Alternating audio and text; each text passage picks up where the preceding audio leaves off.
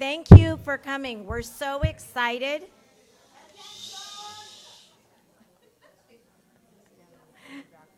Thank you, Cecile. Thank you, Cecile. That's it. We got everybody's attention. Good morning. We are so excited to have all of you here. Thank you for coming to beautiful Newport Beach. Thank you for supporting AIWA. Stand back.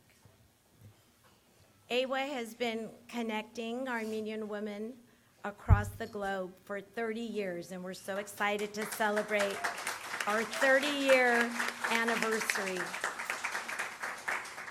I want to thank our wonderful committee, AIWA LA. Can you please stand up, everybody in our LA affiliate? Everybody worked so hard. Thank you so much for all you did. I especially want to thank Margaret McGrublian, without whom this wouldn't have happened. Thank you for all your help. Thank you, Nicole, for arranging this and making the beautiful centerpieces.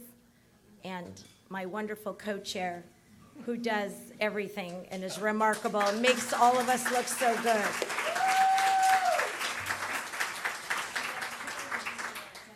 I would like to thank all the panelists. Sorry, that keeps happening. I want to thank all the panelists who took the time out of their busy careers and their busy days to be here. We are so appreciative, and we can't wait to hear all the exciting things that you have to say about your industry and everything that you do. We want to thank Nadia, our keynote speaker, for coming out from New York. We can't wait to hear from you and about your amazing book, Aftershock. So I hope you have a great day, and I'm gonna turn it over to Diane. Thank you, Arsenio. And she's an amazing, it's a great to be co-chairs with one of your best good friends.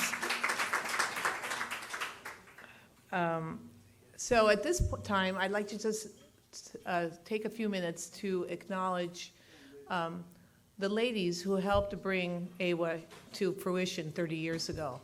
One of the ladies sitting right here at my first table was Barbara Megarian, who was one of the original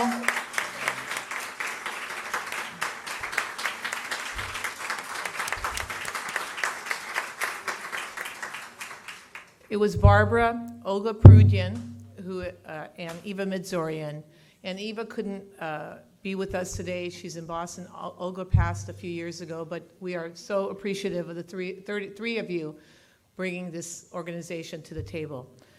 Now I'd like to acknowledge the ladies here in Los Angeles who took the Boston ladies' idea and brought it to fruition in Los Angeles. And that's Flora Dunayans, Elizabeth Agbabian. Please stand. And Hermina Janoyan.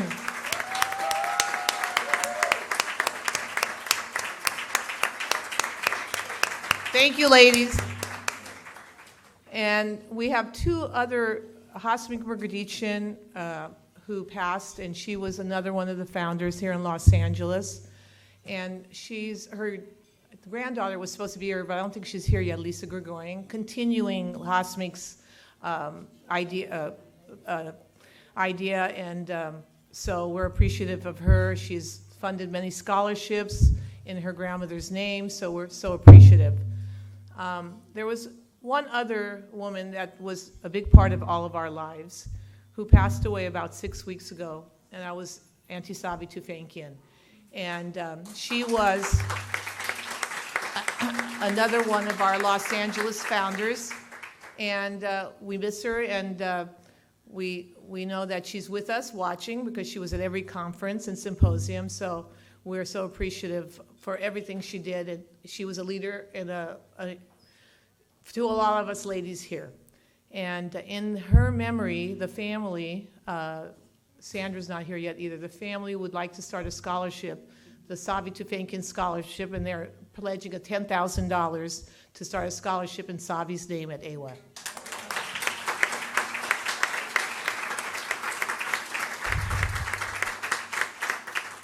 So I think that thank you for sorry, I'm getting too close.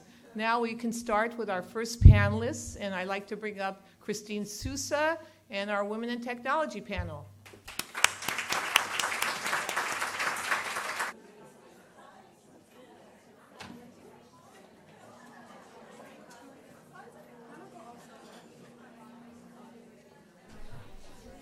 Good morning, everyone. Thank you so much for being here with us as we kick off the first panel for AIWA's 30th Symposium.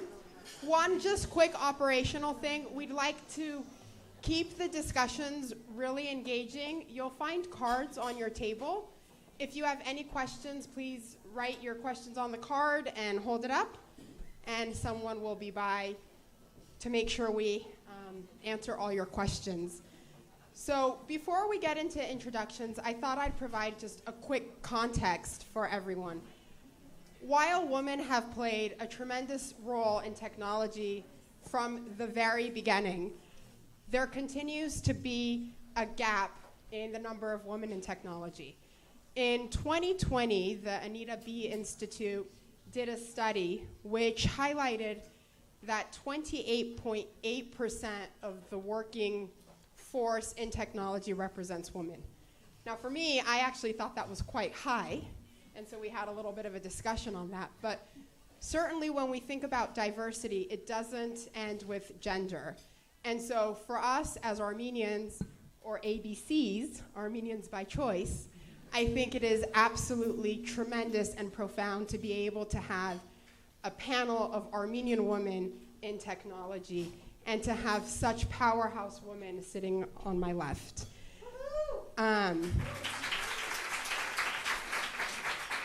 Certainly 2020 was a complete upheaval for everyone across the globe. It was a shared experience.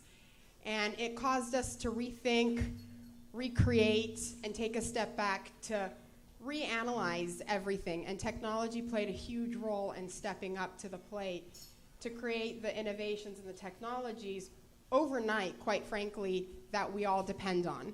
So before we get into it, I'll give the ladies an opportunity to introduce themselves, and then we'll go from there.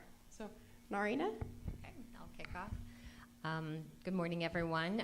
First, thank you, Christine, for having me. This is a wonderful room of amazing rock star women. Narina Galastian, I'm the Chief Marketing Officer at SADA, headquartered here in Los Angeles. Thank you. We have SADA represented here today, listening as well. We're a cloud consultancy and IT services firm. I've been with the company for almost 9 years. It's been quite the journey, and watching it grow and become really one of the top Google Cloud partners globally. So I'm happy to represent here today. Thank you. Hi, everyone. My name is Noreen Hall, and I'm the co-founder and CEO at InSpace. And some of you probably heard about InSpace. We started about last year. And it's basically, I think my friends call it Zoom on steroids. And I'm very excited to be here. I'm also a professor at Champlain College in data science. And yeah, it's really exciting to be here.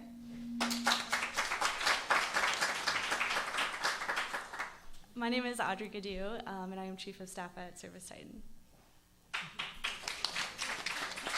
Hi, everyone. Very excited to be here. My name is Christina Melas-Kiriazi, and I lead a product team at a company called Affirm, which allows you to pay over time for items that you want to buy. And my background is in consumer technology and in finance. Isn't this just the most beautiful powerhouse team of ladies ever? So Christina, I'd like to start with you. Earlier this week on Monday, McKinsey & Company published their very popular 2021 Women in the Workplace report. And the report mentioned burnout as a very popular trend, particularly among working moms. However, it also highlighted that despite the stress and exhaustion, women rose to the occasion, becoming stronger leaders than ever, challenging the status quo, and creating a new standard for what it means to be a leader. So as a working mom and a leader in technology, I'd love your perspective on that, please. Yes, I have a lot to say about this topic. Some of you might have seen my son who was running around this room this morning. So I became a mom during COVID, actually. You know, my son was born last July. And so it is always a challenge to kind of balance working and being a mother. But I would say, you know, for me, first of all, I love what I'm doing. I love my job. So the burnout, I don't feel burnout as much because every day I feel very lucky to get to do what I do. You know, second, I think I'm very lucky to have a great support system. I have a husband and a nanny and a family that are all very supportive of my career. So it really does take a village. Like, I'm not doing this alone. And third, I think something really interesting happened during COVID, which is really good for moms. So, you know, before, you know, what happened during COVID was companies became very focused on results. Before, people were more focused on how you got work done. They wanted to know, were you in the office by 8? Did you leave after 5? Were you at your desk? Like, this concept of FaceTime was real. And now people actually don't know how you get work done. We're all on Zoom, right? So you can be anywhere in the world and no one sees what you're doing with your day. And so because of that, they're very focused on the output of what you're doing, which I think is great for moms, because that means that if my son gets sick or something comes up and I have to go take care of something, take half the day off, people are very supportive of that. And they just care about, am I meeting my deadlines? Am I producing what, you know, I'm producing? And so that sometimes does result in some very late nights, I'm not gonna lie. But on net, I think it's been good for me. So, you know, if you love what you're doing, if you have support, and if you're focused on producing great things, I think there's no better time. And my company went fully remote first. We're never going back to an office. So it's a big shift, yeah.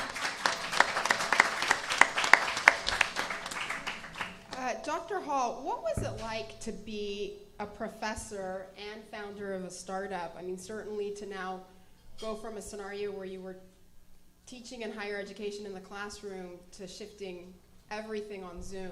How did that work? Yeah, it was definitely an interesting transition. Like, we all kind of went through this process where everybody just had to pivot to virtual.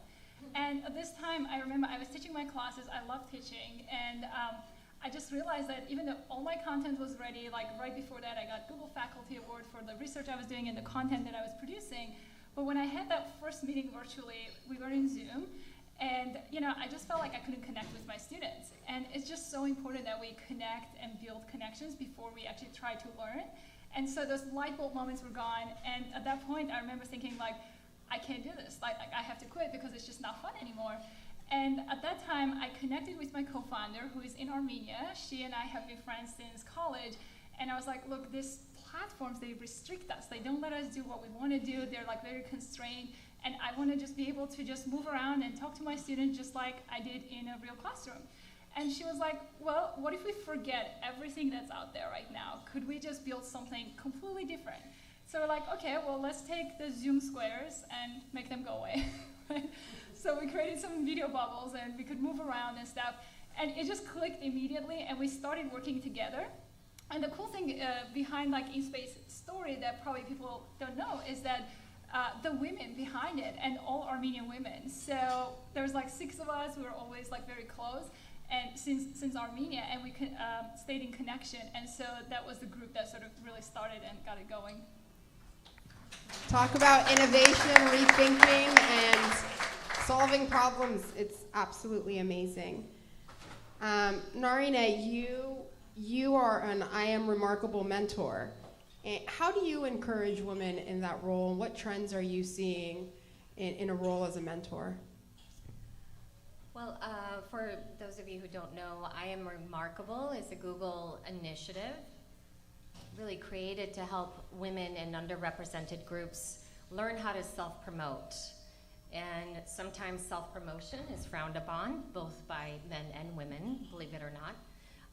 But it really allows women specifically to learn how to have a voice in a room and being able to talk about your accomplishments openly and not waiting to be invited to share those accomplishments. so that you're not going under the radar when you've done something amazing. So the initiative really encourages women to learn how to self-promote without feeling like, oh, am I bragging about myself? Because one of the statements they say is, it's not bragging if it's based on facts. So stick to facts and learn how to self-promote your accomplishments. And so the whole initiative is encouraging women, both women at SADA that have done several, facilitated several workshops, and for other organizations to be able to say, I am remarkable because, and what are those things? And it doesn't have to always be professional, it could also be personal accomplishments in your life, whether it was, an education because you got the first degree in your family, that's quite the accomplishment, right? Whether you're the first working woman in your family, or that you traveled to a new country and started a new life. These are things that we don't often put value on, but they're really part of your DNA that has made you the amazing woman you are today.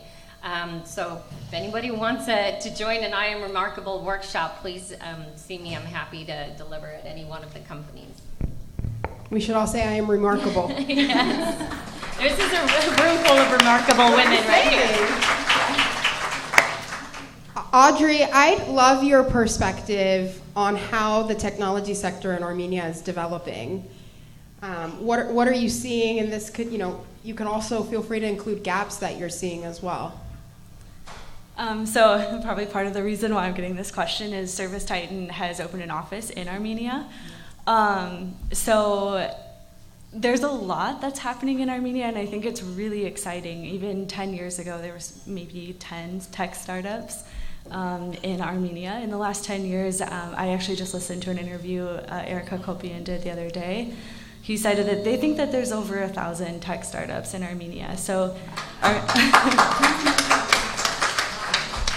Armenia has seen explosive growth in the tech community, and there's really exciting things. We were actually just talking about, we went to a Hive conference probably about 2 or 3 years ago, and Robin Robot was being pitched. Well, now Robin Robot is here in the US, and you've probably seen quite a bit of media on him. So the tech sector in Armenia is phenomenal. It's growing like crazy. For us, we entered the market in 2019. And we just started with a small pilot. In the US, it's really hard to find top-tier engineering talent. We're constantly recruiting, and so we said, okay, let's see what we can do in Armenia.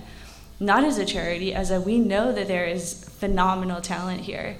So we opened an office that was just specifically engineering, and within a year, we'd expanded past engineering into product management and added customer success into that. And we now actually have like a fully autonomous office where there are teams that completely live and build their product just within Armenia. So I think what we're seeing is that there's a ton of opportunity.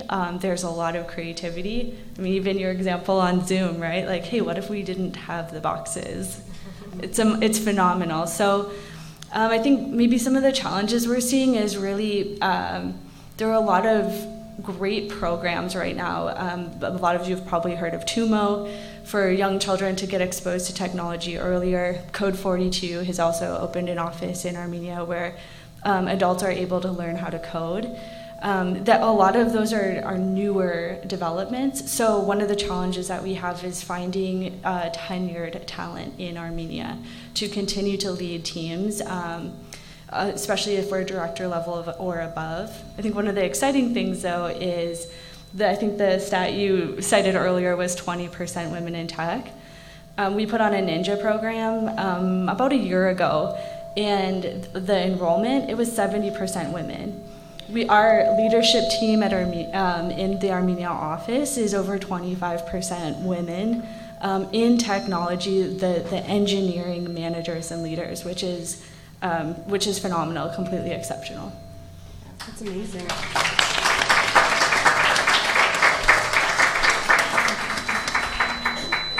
Narinet. Narinet G, you are one of the few C-level Armenian executives, which, by the way, is so epic. Can you share a little bit about your career journey with us? Sure. It's been a 25-year journey to get here. I started out early in the fashion industry, actually. I was the marketing person for fashion weeks in Los Angeles. That's where my career took off in marketing. And then transitioned over to the agency side at one point and handled a variety of accounts, startup accounts. And lo and behold, this German software company found me on LinkedIn, and that was in 2003. And I was like, I don't know anything about software and audio video codecs, but they're like, great, that's exactly what we're looking for. We want to, enter the U.S. market, and we really need someone to help us kind of dummy down the technology for the consumers. So that was my first global role that took me around the world for 7 years, and it was a wonderful, amazing experience to have that. And then, transitioned to the B2B side after that, and then I joined SADA about 9 years ago with Tony Safoyan, really encouraging me to take on this new role, and it's been a wonderful journey. And I started out as a director of marketing and built a marketing team, and then got promoted to chief marketing officer, and it's really been a wonderful experience to help really at the foundation of the company and have it grow into what it is today. And we're just hitting 500 employees now, and super exciting phase for me to be part of it. But I will say that going back to the I Am Remarkable, one of the key initiatives is women don't always think you're qualified for a job, so you don't even try it, right? Because you're like, I'm not fully 100% qualified, so I'm not even going to apply for it. And it really, what it taught me is you don't have to be 100% qualified. You just have to have the ambition and the willingness to learn something new and really apply it and go after it, and then be able to work hard and get to that point. So I think that's a perception we all still have to change.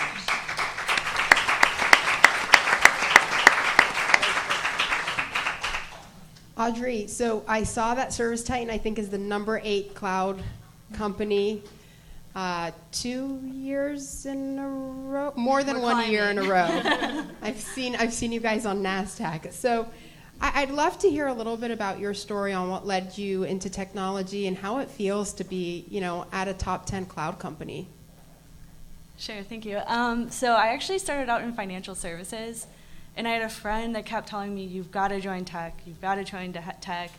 And the tech company they were actually working at was a healthcare IT company, and what that company did was they actually facilitated virtual visits. And what was compelling to me was that it enabled people who may not be able to have the time to take their child in, like maybe a single mom who is working, doesn't have time to take her kid into the doctor.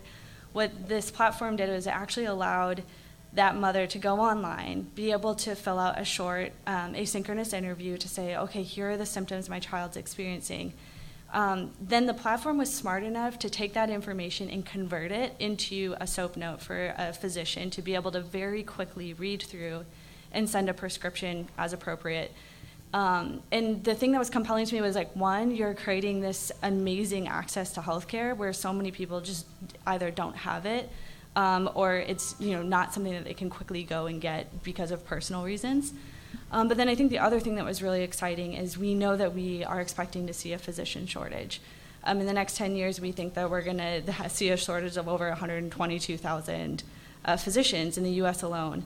And what this platform then did is it allowed the physician to very quickly run through some of these visits in 60 seconds, and then actually spend time with the patients who needed care and needed a little bit more attention. So I thought, wow, that's inspiring. I definitely want to join that team. And so that's kind of how I made the transition into tech. And then from there, I really loved being in tech because of that creative mindset that, hey, let's think outside the box. Just because we've always done it this way doesn't mean that's actually the best way for our community. So when I realized it was time to move on to the next thing from there, I actually just Googled top tech companies in LA. ServiceTitan came up. And seeing Ara and Vahe's story was, again, really inspiring to realize like what they had done. I don't know if any of you have heard, Vahe's story, but from his side, he said, my dad asked me for what software I should use. And I started going and looking at what software was available. And he was like, I wouldn't recommend any of this. Mm-hmm. So he actually went and built his own software. And so for me, that was like, wow, what better thing to do than to help your parents? So that's how I landed at ServiceTitan and in tech. I love it. Thank you for sharing. Dr. Hall, as you've seen like this focus on innovation, creativity, evolution, and certainly, solving a real problem in space, how do you see that kind of manifest with students at the college level? Yeah, what's interesting is pandemic really shift a lot how we think about education. And, education has been changing for a while, but this was sort of an accelerator. And it really kind of helped us to focus on like what's important, and that is the student experience in the classroom and how they're engaging with education. And what's interesting, so we're like, as you're connected to Armenia, you probably know for us, like growing up, education is such a big, important thing because being in a small country, that's really the only way you can be successful. You have to be educated. And so like when I moved here, I realized that not everybody actually has access to education the way we think and expect. And education is actually still a big thing. Like we have large universities, but then not everybody have access to it. And so that's where I realized that if we have the right tools to teach, like so we have a video conferencing where you can feel like you're in a real classroom and really engage with students and learn with them. And you can now make online education a little bit better. So it's more like traditional education and people can learn more faster at better rates. So now that actually makes education more accessible to people who are in rural areas. And then I realized that now students from Armenia can actually enroll in my classes at Champlain College. And they can take those classes because I just present virtually, and some students are in person, some students join through InSpace virtually, and all of a sudden the doors are open now. Like, you can have students take classes everywhere. And so kind of going back to what you mentioned, like really finding good talent, I think we're really lucky that back maybe like 10, 15 years ago, some of the companies like Lycus, where I started as an intern, started training Armenian students in like tech. And so I was actually one of the folks who took those classes. And so now we actually have people who are very familiar and really good in engineering, actually like compared. So we have all our engineering team in Armenia. We have some folks here too, but it's like really incredible talent. But so now we have to continue training talent if we want to go, because like this year we have so many venture fund companies in Armenia, which is amazing. So I think this is incredible for all of us. But as we grow, we have to continue training the talent and kind of make education more accessible for folks everywhere. And I think that's really inspiring for me.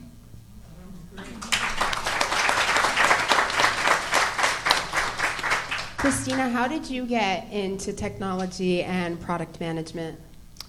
Yeah, so I started being interested in technology in college. I went to Stanford, and so it felt like, there were people just all around me. I took engineering classes. Some of my friends were actually some of the people building the very first iPhone apps over 10 years ago. But this, I actually didn't realize then I wanted to build a career in technology. So I decided to go to Wall Street, and I joined Goldman Sachs out of college and did investment banking. I very quickly realized I did not want to be an investment banker. And so I, came back out to the Bay Area, and I joined a newly public, fast-growing company called LinkedIn. And one of the things that this has been, mentioned here, one of the things I just love about technology is that there's inherent sense of leverage. I can work with a group of engineers, and I can build something, and if it's something that people want to use, there's theoretically no limit to the number of people who can use that thing that I built. And so that's what I do. The product manager job is all about trying to figure out what people want and bringing it to life, with a team. And so I found that really inspiring. And so I've been very fortunate in my career to work on products that have touched, hundreds and millions of lives, from LinkedIn to a company called GoFundMe, which many of you have seen on Facebook, that allows people to fundraise, to now Affirm, which maybe you see when you're checking out, if you're buying, you're shopping, it allows you to pay over time. So you can pay with your credit card or your debit card, or you can pay with companies like Affirm. And so that's really what's so inspiring to me about technology. So I'm going to do last questions for everyone, and then we'll move to questions, assuming we have some, because I'd like it to be really engaging. Audrey, you are Chief of Staff at ServiceTitan. I'd love to get a little bit of insight on the scope of that role. And, you and I have talked about this a lot, how you manage the various business units and teams to get the desired outcome as you guys are building and expanding so quickly. Sure. So, Chief of Staff at ServiceTitan, my role primarily falls into 3 buckets. The first bucket is really collaborating with the executive team to set, whatever goals or strategic initiatives that we're going to pursue for that quarter or year. Then the fun part comes in. It's the collaborating and planning, and then ensuring that we actually execute on what we think we're going to do. And my focus there is primarily around where Vahe is spending his time and his mind share. Should I go back a little? No? Okay. Hello. Anyway, and then I think the third bucket is really, as I'm collaborating across the different teams, being able to serve as almost a consultant to say, oh, okay, hey, I think that there's a way that we can do this better. I think we may be able to work more effectively in this area, or it looks like we're losing some information transfer between this department and that department. How can we close that gap? So those are the 3 primary buckets that I typically spend my day in. I'm sorry, I forgot the second half of the question. Oh, how you coordinate among and between the many business units, and between America and Armenia. And yeah, so COVID actually really threw a wrench in that. Had to do it, ServiceTitan. Anyway, so I think one of the big things that changed with COVID is I used to be able to just pop into anybody's office and have kind of those tough conversations. Like, the key really revolves whether you're remote or together, strong relationships, right? And so the strong relationship, to be able to go in and have a candid conversation around challenging subjects, to be able to actually achieve an outcome. With COVID, that became very different. It's easy to kind of go into an office and be able to connect with somebody and see that they're either feeling a little bit frustrated or see that they're maybe anxious, and pivot your approach. Zoom, not so easy. So, and there's also not the natural connection, right, where you run into each other in the lunchroom or at the water cooler. So I think for me, one of the big things, especially during COVID, was starting to create those moments for connection in a very different way. So a lot of times, and sometimes the guys on our executive team don't appreciate this, but I'm like, hey, I'll just FaceTime you. And they're like, But it's a good way to use the technology that's already been built to be able to see people and have those conversations. I think for me, even just once a week calls, and not necessarily agenda, just to say, hey, what can I help you with? And that's been really important for being able to move initiatives forward, especially in a workforce that's so distributed. thank you for that. Dr. Hall, I'm going to ask you one maybe funny question, and then a serious one, kind of back to back. We hear this a lot when we talk to people, that if we're not careful, the robots are going to take over and the algorithms are going to take over. And you are a subject matter expert in machine learning. So what trends do you see? What does the future hold? Are robots going to take over? All right, so I want to assure everyone we're going to be fine. I'm glad you asked. So, it's interesting. So, our movies and stuff, there's always a robot taking over, and things always go wrong, right? So, and obviously there's fear. And sometimes people do worry, because we had Industrial Revolution, and sometimes people were left behind because there was delay in, can you guys hear me from here? Okay, so this is much better. Yeah, so there was sometimes delay in training people and getting them educated enough so they are in that next wave with everybody else. So now you have parts of population that are vulnerable, and so they are worried about from the next thing. Just like when we started with programming, right? We started writing software, and I remember the first time I was at IBM, and there's like this room, and there's like, they had to keep everything cold, so they had to take a ton of different factors like weather and every little detail to make sure that those servers are exact temperature. So they had like 3 people literally monitoring like 5, 6 screens, and I was like sitting there, I was like, we can write a code to literally take all those inputs and apply machine learning to predict what adjustments you need to make. And it was a pretty complex problem, but it turns out you could solve that with machine learning. And somehow it ended up sort of getting to Ginny Rometty, who was the CEO at IBM at that time, and she was really excited. And so they end up closing that, like the branch, which was not related to that. But it was interesting. So at that time, I realized that, yes, there's a lot we can do using machine learning. However, if we appropriately train people, we don't have to worry about sort of the next thing.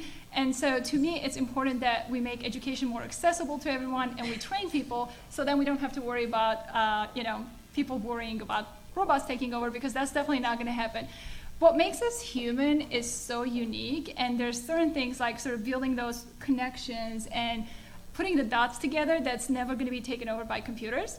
So we never have to worry about it. What computers are really going to do, they're going to take the boring stuff out of the way and do it for us, so we don't have to worry about it. Like, I love my Roomba. I don't know about you guys. It's great.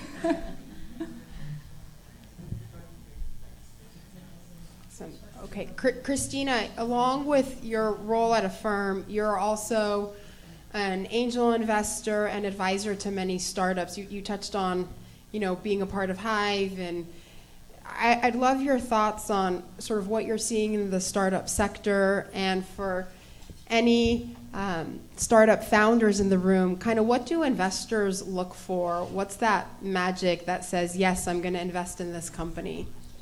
Yeah, so I've been an angel investor for about 6 years now, and I've invested in over 19 startups. And when I started, I was investing my own money, but I actually now am a scout for a venture capital firm called Sequoia Capital, where they give me money to invest on their behalf. And so I invest in a number of different areas, fintech, health, consumer products, you name it.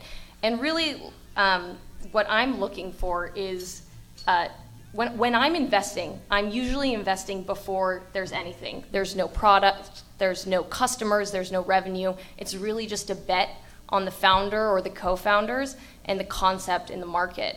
And so the questions that I'm asking usually just have to do with, who is this person? What is your background? How do you think about this product? How do you think about your competitors? What is that person's unique insight on the problem that's different and interesting? Or what has changed about technology that enables that company to grow and be built now? So a lot of it is, and also just understanding, do they have that grit? Are they going to be able to spend 10 years plus, through the ups and downs, really bringing this startup to life? Because it is a tough journey, and it, doesn't always work out. It's not always up and to the right, as I'm sure everyone here will tell you. And so that's a lot of what I'm making a bet on, is the person in the team. So, for example, I backed a company called Carrot Fertility in 2016. And when I was investing, it was a woman who was in her late 30s, and she had gone through a process with egg freezing that was very painful and expensive. And she realized that, as women were having kids later and later, companies actually could use health benefits and fertility benefits as a differentiator to keep and retain those employees. And so she launched a company that allows companies to have kind of a turnkey solution to provide inclusive fertility benefits. And since I invested, when I invested, it was just her. Since I invested, she's raised 4 subsequent rounds, over $100 million of funding. And there's over 200 employees at this company now. And so this is, an example of, I saw that drive and that passion in her and her personal experience with the problem. Thank you so much for that. we've talked a lot about, for a lot of people, technology appears to be this esoteric, complicated, unattainable. I didn't study computer science. I didn't study engineering. And it's so powerful, I think, to hear the human side of what's behind the tech, what's behind the startup, what's behind the product, what's behind the marketing. How do you go from fashion or finance or healthcare into technology? It's a very inclusive industry, and an argument could be made that every company is a technology company. Narina, last question for you, and then we'll go into the questions from the audience. When you're thinking about marketing and you're marketing, complicated cloud computing applications at the edge, the customer edge, but you're marketing it to a broader audience, what's your marketing philosophy, whether that's B2B, B2C? Feel free to kind of interpret that however you'd like. Yeah, I think previously the focus was this is how you market to B2C, business to consumer, and this is how do you market to B2B. But really at the core of each of those are people, right? They're just human beings still making the purchase. And there's a lot of emotion involved in that purchase, whether you're a consumer or whether you're buying for a company. So really having a people-first approach to any marketing content, marketing graphics, marketing communications, at an event, you have to appeal to that human side of things. What are their challenges? And it could be obviously during this past 18 months, COVID-related challenges both in their career and also in their personal life. So how do you, address those up front in your communication pieces, in your, customer stories, right, that you want to bring to life, and being able to take that one step further and say, how am I going to make you the hero today? And really, whether it's a consumer or a business person, ultimately you want to make them happy in what they purchased, right? You don't want any buyer's remorse. So you want to make sure that you do your due diligence in bringing that value of the product forward and making sure that they feel like they're a hero. They got a great deal, they got a great product, and they're going to put it to use and then tell their family and friends about it. That's really the bottom line of marketing. Okay, so I only got 4 questions from the audience, so please take this moment to ask questions. I know a lot of people in this audience, so let's get the questions going, please. This one question is for Dr. Hall. Has the InSpace platform been considered for non-educational settings such as legal, i.e. court hearings? That's a great question. Thank you so much. So this is interesting. This came up from day one, because we're a collaboration platform. Everybody who has used Zoom is like, I don't want to go back to that. I want to use this. And so for us as a company, one of the things was we have to have laser focus and really do well in one field before we try to please everyone. Because when you try to please everyone, you sort of miss everyone. Okay. So, and because we're so passionate about education, and to me that's the highest priority, we have decided to focus on education, make sure that we have highest impact in there. And things took off really fast too. We just started last year, just a little bit over a year ago. And so it spread very quickly to a few schools, and then the word of mouth spread, and now we're in over 120 schools. And I do want to also say the importance of network in all of that is so incredible. Initially when we first started, we just made to 10 schools, and then I started getting emails from a lot of folks, actually from Armenian community and also from outside as well, and they were like, okay, how do we help you to get to 100 schools? And I was like, you guys are awesome, this is so great, and it was really exciting to see that network effect of people just really trying to help and get to the next level. So at the moment, we are in education. That's where that's where it's being used, but at the same time, it's available for anyone to use if they want to use, but we specifically support education.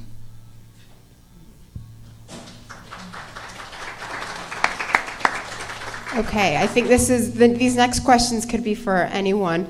What is your philosophy about managing and motivating your staff?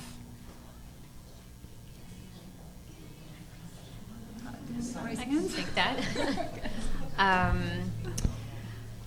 From my perspective, again, it's really making sure that you allow a safe space for your staff to openly bring their challenges to you and be able to discuss in an open forum where they don't feel like they're being judged or criticized. Especially, I think in a remote environments, it's even more important to create that space virtually, whether it's through one-on-ones regularly or whether through its, daily scrum calls as we do it, being able to say, how can I help you today? What do you need? What are the challenges you face? It could be personal or business, right? Because we no longer have that boundary. People are at home, right? So there's distractions at home, and then they have the work-related responsibilities. And being able to have empathy in your leadership is really, really important. You have to get into the mindset of what is contributing to this person's day-to-day thought process, what's taking up space in their brain right now, and are they going to be able to put those into their compartments and be able to perform. So leadership for me is leading through empathy and leading through encouragement and being able to celebrate the small wins. And sometimes we wait for those big ones to, go rah-rah, but every day there's a small win, and so if you base it on your gratitude every single day, you'll have something to celebrate.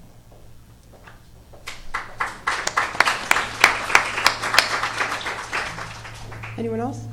Sure. I think for me, one of the biggest things is like really explaining the why behind what we're doing. I think the moment you can have people get behind that mission, get behind that purpose, why are we doing what we're doing every day, then you have everyone inspired, and it's amazing the ways they can contribute that you didn't even think about beforehand. And for us, like just really finding that purpose and mission in education where we want to change the world. We want to make sure that everybody who wants to have education has access to it. And I think that's pretty powerful.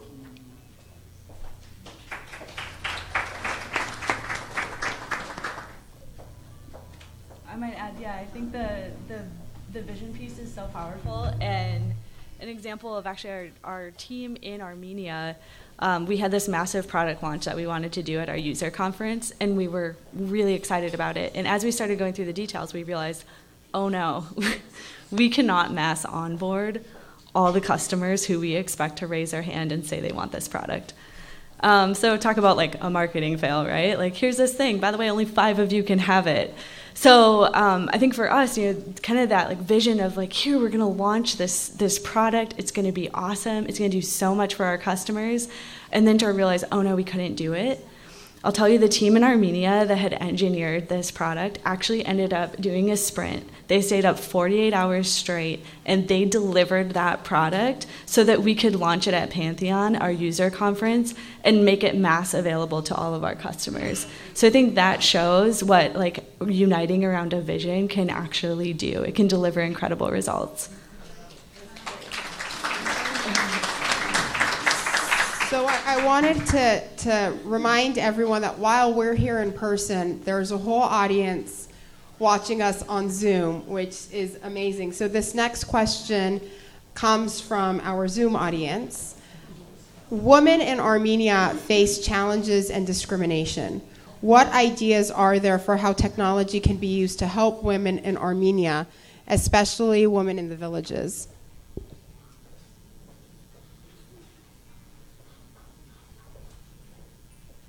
I can take that, I guess. So, it's so... Oh, can you guys hear me? Yes. Better. All right, excellent. So, it's interesting. I feel like technology is such a catalyzer in some cases, and it really helps because when you're really good at what you do, no one cares who is behind something great that's being built. And I also found that through this year, as a lot of our meetings were within space, in virtual space, there's less biases, right? So when you enter the room and there's like, there's a little bit more presence, the voice, the tone, all the different things like contribute how people view you and how they make decisions. And we're all humans. Like I know I'm guilty of this probably too, because those biases are just part of being human. And so when having these meetings in a conference call environment, it was actually more equal because we all kind of looked the same size, right? Because our cameras were the same size, and the voice changes a little bit too. And what I noticed that even in a lot of meetings, I hear a lot more women talking, that are voicing a lot more questions and other stuff. And so in some ways, I found that this virtualization was actually bringing up and giving voice to minorities. So there's a ton more to unpack there. We're just at the beginning of understanding what this means. And I know you mentioned like the flexibility, like my daughter is here today too, and having that virtual flexible environment is very helpful. And so especially for folks who are living in villages, like just being able to just join through your computer, then all of a sudden it doesn't matter that you're now living in a city, and it just makes it more equal access to everybody. So I'm really hopeful. I think this is really exciting for us. Okay, so now that we have questions, I'm going to try to direct them to one person so we can get to all of them. And maybe this is best for Narina and Audrey, since both SADA and Service Titans are opening offices in Armenia. How can women on the panel with large global corporations promote internships for Armenian women within their companies for women in Armenia or elsewhere? Sure, there's multiple programs. I know we work very closely with the university in Armenia to be able to provide scholarships and then turn them into internships at the company. Whether those internships are in Armenia or here in the US, being able to mentor the next generation of women in tech roles. It could be engineering roles, or even marketing, sales, finance, accounting, legal. There's so many opportunities for them now, and there's such an amazing talent, a pool of talent in Armenia.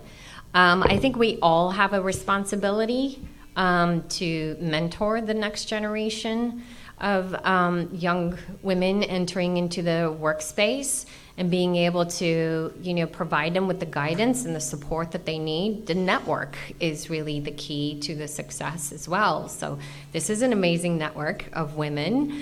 So being able to take someone under your wing and being their mentor is critical. Go for it. I would echo all the above. The other thing that I might also put out there is there are amazing organizations like TUMO and COAF. There's Code 42. There's also an opportunity to really reach into the younger generations and start to equip them to be able to move into some of these tech roles that, if things continue the way they are now, those tech roles will be available, and we just want to be able to equip them to excel in those roles. Before we go to the next question, the company I work for, Equinix, we are a global company. We have over 220 data centers globally. We have a very formal and robust internship program. So if anyone is looking for any internship programs, feel free to send me a note on LinkedIn, and I'm happy to get anyone plugged in. In California, seniors age 60 plus are the fastest growing population, currently making up 14% of the state's population, and expected to grow to 25% in 15 years. I'd love to see an Armenian female address this growing need through technology in healthcare, supporting, delivering, staffing, developing, and expediting. I don't know if this is a question, but it sounds like there's a problem to solve. So I just wanted to read that so everyone gets a pebble in their shoe. How are we on time? Okay. I was going to say, if anyone wants to start that company, come talk to me. Yeah. There's definitely a need. What a cool tribe we have here.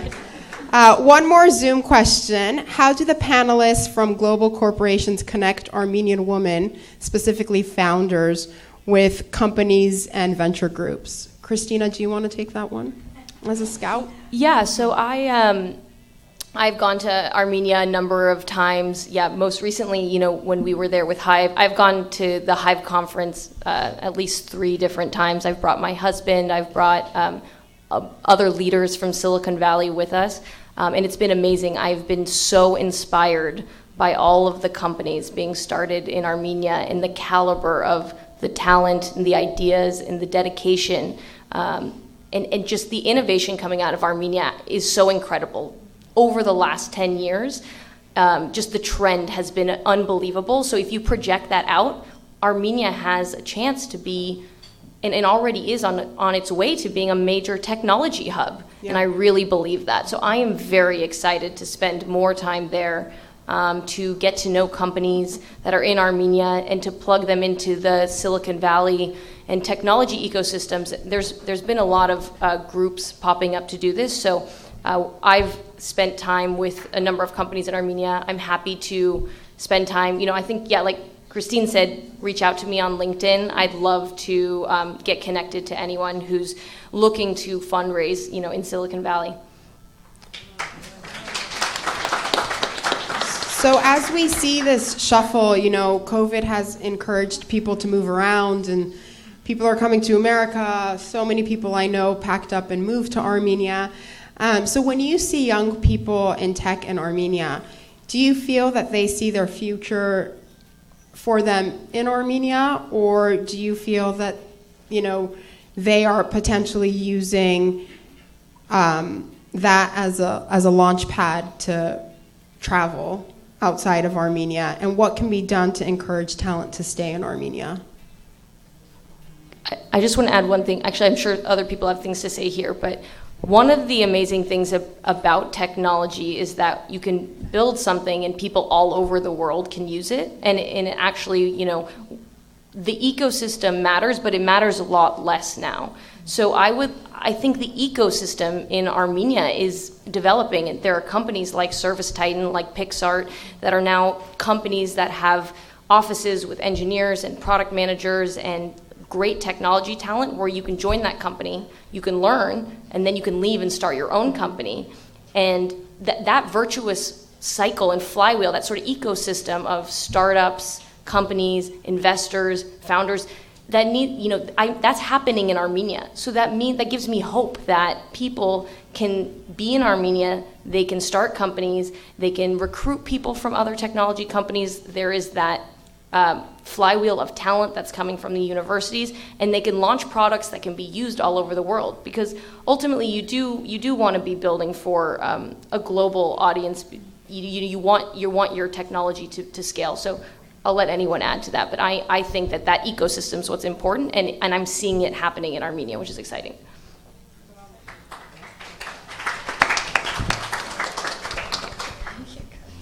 Yeah, and I absolutely agree with that. I think there's something really exciting happening in Armenia. It's been going on for a bit, and I think what's interesting is for every next startup, the previous ones are making the way, and I think that's really interesting. And I also noticed that a lot of founders are very connected now that we're all kind of thinking together. And the biggest thing, I think, it's really up to us founders to make sure that the teams in Armenia have the same resources, they have the same, pay rate, et cetera, because that's what's going to make a decision. If they, obviously if we make it too different, then they're going to want to move. So I think we're at the place in time where we can really make an impact, and I'm really excited that this is happening for Armenia. So I'm not going to be able to get to all the questions because I want to be mindful of time so that Diane and Arsina don't get upset with me. So I'm going to take one more question, and then I'm going to sort of braid together 3 questions that are very similar. So we didn't touch on this too much, so it's a good question. Anyone on the panel, what's a recent challenge you faced, and how did you approach solving it? Really? Recent. I mean, recent can be in the past, I think you all can jump in here.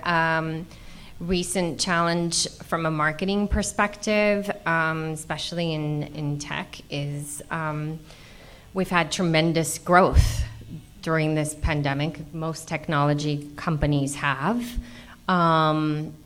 While I think, there's significant other industries that have suffered, right? And being able to balance kind of how much do you rave about your successes while the rest of the world might be suffering, right? And from a communication perspective, that becomes really important of how do you balance the two. And then being able to have that empathetic voice in everything that you do, from communications, campaigns that you're putting out into the world. But what's also happened is that there's a scarcity of talent, right? I mean, we're all fighting for the talent in this pool of space in tech. Not just engineers, but also marketers. And as I try to grow my team, it's become quite the challenge of finding and growing our team. So you have this amazing growth, which is great to celebrate, but on the flip side of it is we have the growing pains of finding more talent, which could benefit, obviously, growing the Armenia base and being able to really mentor and grow the talent pool there. And it's an opportunity, I think, for a lot of tech companies, SADA included, to go beyond just the engineers, but like graphic designers, content writers, videographers, all sorts of talent exists there. So being able to look at the global market and not limiting ourselves. So while we have a challenge, but I think there could be a really good solution too. So braiding together 3 questions into one, and I think this is a good way to wrap up before we give some closing comments. What word of encouragement or piece of advice or, motto do you inspire maybe for yourself or for your team that could be a source of inspiration or a guidepost for the audience? I think I can take that, I guess. So I think for me, it's like really do what you're passionate about and really just go all the way and never compromise. And find people who believe, oh, sorry, I'm hearing that you guys can't hear me. All right, so I'll go back. So I guess for me, it's really just follow your passion. Do what you're passionate about and go all the way. And make sure along the way you find people who are just as passionate about what you're doing, and make sure that you build your network and really lean on it. And I think to that end, like during pandemic, for some of us, it was a little bit harder to stay connected to our networks, and sort of having digital spaces where we can really stay connected is really important. So, yep, follow your passion.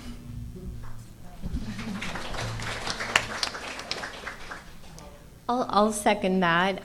That's really important, and as you really develop that passion, making sure that your career path is based on your core values as a person.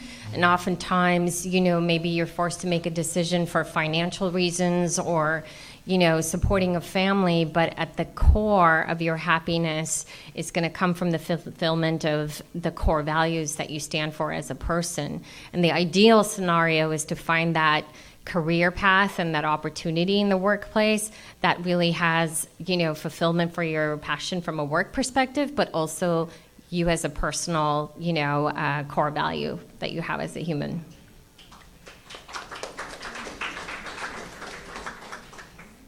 So I think about 2 things. First of all, how you do anything is how you do everything. Yep. And I think that's so important, right? Take every task and project and relationship and treat it like it's, give it the respect it deserves. If you do things well over time, good things come. Yep. So I think that's a motto I've always lived by. And then second, I want to say, don't be afraid to take some risks. You only live once, and if you feel passionately about something, and you should go for it. Don't let anything hold you back.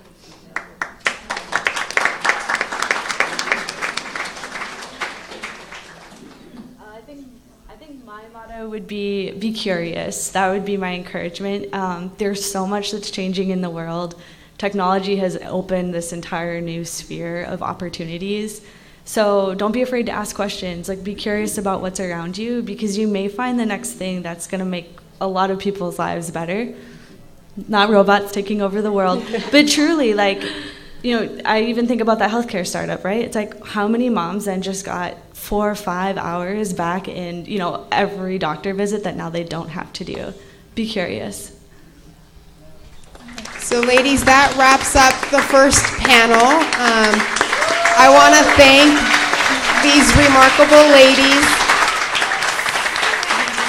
for joining the panel. I am personally so inspired by each of you. I'm so proud to call you not only a colleague and familiar faces that we can see when we're at conferences and traveling, but also just dear, dear friends.